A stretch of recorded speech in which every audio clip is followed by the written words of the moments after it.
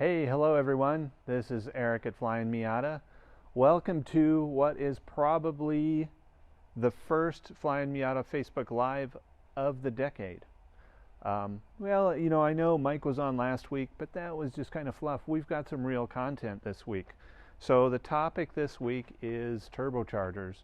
Not necessarily, what's in the kit and all that stuff, but more about how it relates to your car. What do I need to do before I get the turbo installed? How much power can my car handle? Is it going to blow up? All kinds of questions like that. So if you do have questions as we go along here, make sure you post those in the comments. We've got Mike right over here, and he's going to be watching out for those, and if he sees them, he's going to wave his arms and cough and try to get my attention, and I'll try my best to answer those.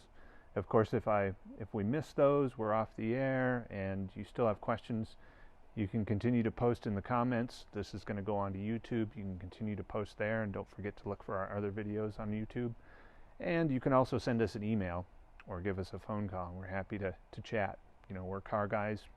Give us a call. So, hey, let's just dive right into it. So probably one of the biggest things that people talk about and ask about before they turbocharge their car is there anything I can do, or should there be things that I'm doing before I put the turbo on the car? Sure, absolutely. And it's really quite simple. It's maintenance items. So you want to make sure that things like your timing belt and your water pump and your fuel filter, spark plug wires, the various seals like your cam seals and your valve cover gasket and your crank seals, just bring everything up to date. All those maintenance wear items, bring everything up to date so you've got a known good starting point. Give that engine the best chance at a good life with a turbocharger on it. And some people ask, well, how many miles is too many miles for a Miata engine before it's really not a good candidate for boost? Well, it really depends on how well it was taken care of, because we've got cars that are 250,000 miles. We know somebody that is approaching 500,000 miles on their turbocharged Miata, and they take very good care of it. So if it's been taken care of, chances are it's a good candidate for boost. If you're still not sure, go ahead and get a compression test. Look for even pressure across all the cylinders, so on and so forth. So the next kind of big category is power handling. How much power can my car handle? In terms of the engine, when is that going to blow up? When's my transmission going to blow up? Is my differential strong enough? That kind of stuff. So I like to think of it as Mazda was really nice to us with this, and they basically gave us an engine and a transmission that both have about the same power handling capabilities. So in that respect, the engine and the transmission probably start to shorten their lifespan right around 270 or so horsepower measured at the rear wheels.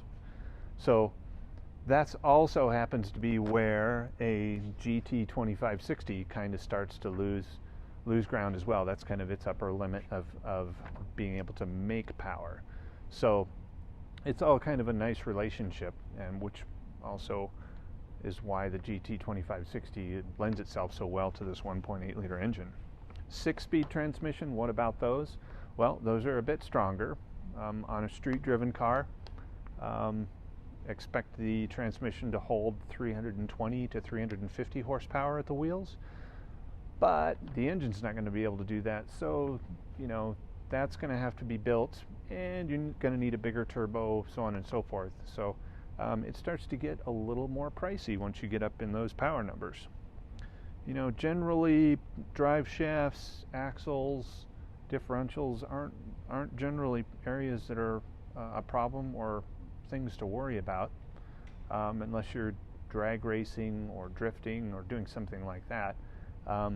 Mostly street-driven cars aren't really going to have problems with those parts of the drivetrain. So what other things do I need with the turbo kit? How complete is it? What else should I consider? Well, the Stage 1 turbo kit in particular is very complete. You can actually take the kit, install it on your car, and take it for a drive. It's ready to go. But there's a few things to consider on the car that also might require an upgrade. Talk louder? Oh, I'm supposed to talk louder? Sorry guys, if you can't hear me very well, I think I'm talking loud, but I'll go ahead and speak up even more.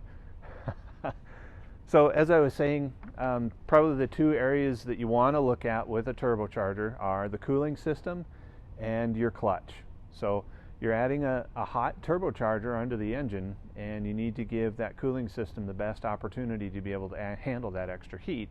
So a larger radiator and more powerful fans are a great place to start.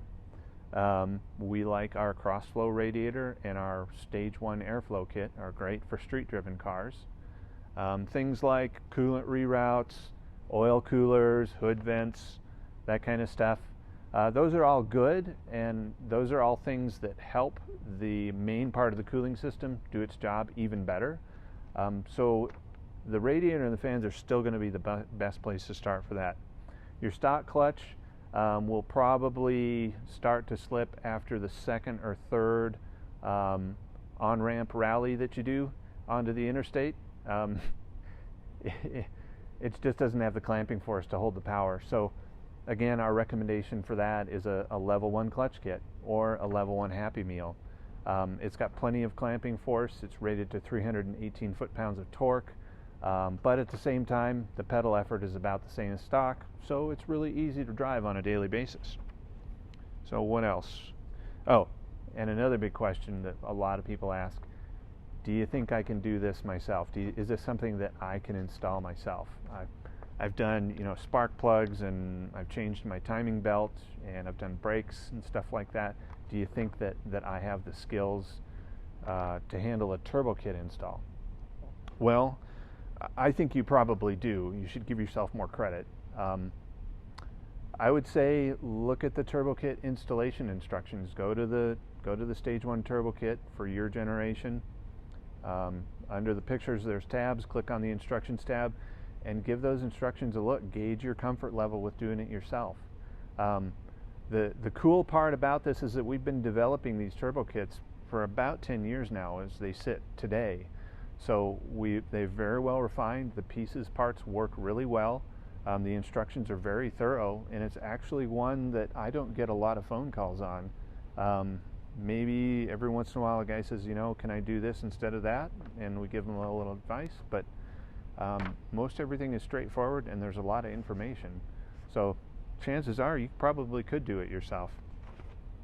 So let me check in with Mike and see if we've got any questions popping up. He has given me a thumbs down on the questions, but as always, post them if you've got them. Send us an email. Check out our other turbo installation videos, so on and so forth. Speaking of which, our dear and fuzzy Mike has been doing turbo kit installation videos on the very turbo that we're answering questions on today. So check out YouTube. I don't know how many of those have been posted just yet, but eventually, we've got 5 of them posted, so sounds like most of them are up, and a lot of good information there.